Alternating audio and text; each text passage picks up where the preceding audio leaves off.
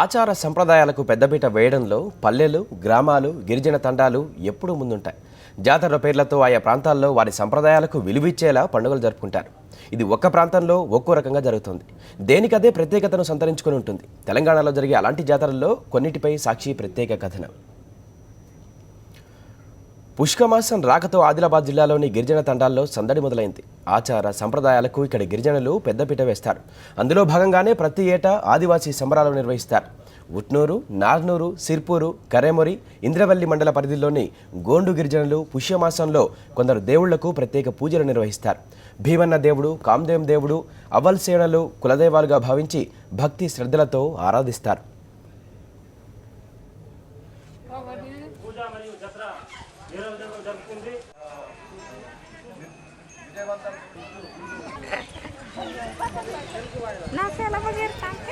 మొత్తం 12 రోజుల పాటు ఆదివాసీ ఉత్సవాలు జరుగుతాయి. వీటిని చూసేందుకు ఒక్క ఆదిలాబాద్ జిల్లా నుంచే కాదు, మహారాష్ట్ర, మధ్యప్రదేశ్, ఛత్తీస్గఢ్, ఒరిస్సా రాష్ట్రాల నుంచి కూడా గిరిజనులు వస్తుంటారు. ఎన్నో వ్యయ ప్రయాసల నుంచి కులదైవాలకు మొక్కుబడులు చెల్లిస్తారు.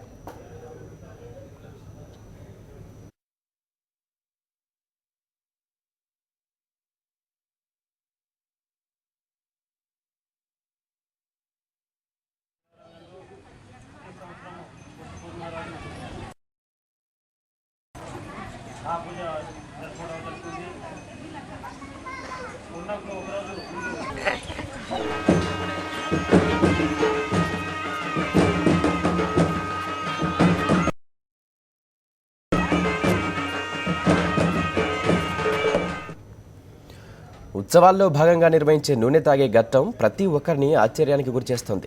చెంచా తైలం నాలుకపై పడితేనే చాలా ఇబ్బందిగా ఉంటుంది. మరి అలాంటిది 2 కిలోల నూనె ఏకధాటిగా తాగడం అంటే అమ్మో ఇంకేమైనా ఉందా? కానీ ఆదివాసీ ఉత్సవాల్లో అక్షరాల ఇదే జరుగుతుంది.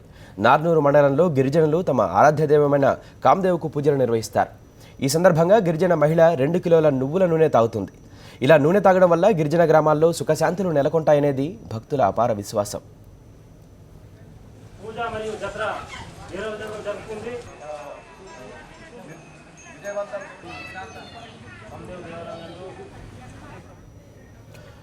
ఆదివాసీ ఉత్సవాల్లో భాగంగా జరిగే నృత్యాలు ప్రతి ఒక్కరిని సరికొత్త అనుభూతికి గురిచేస్తాయి. చిన్న పెద్ద అనే తేడా లేకుండా అందరూ సంప్రదాయ నృత్యాల్లో భాగమవుతారు. కులదైవాలకు మొక్కుబడులు చెల్లించి భక్తి పారవస్యంలో మునిగి తేలుతారు.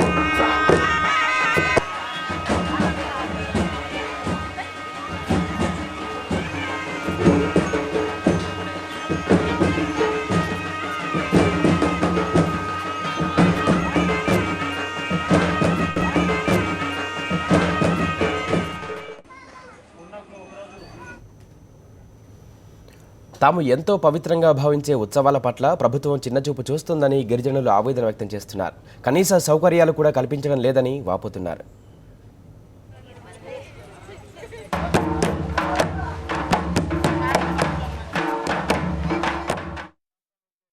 వివిధ రాష్ట్రాలు ఛత్తీస్గఢ్, మహారాష్ట్ర, ఒరిస్సా నుంచి ఆదివాసీ సమాజం ఇక్కడ పూజకు హాజరవడం జరుగుతుంది.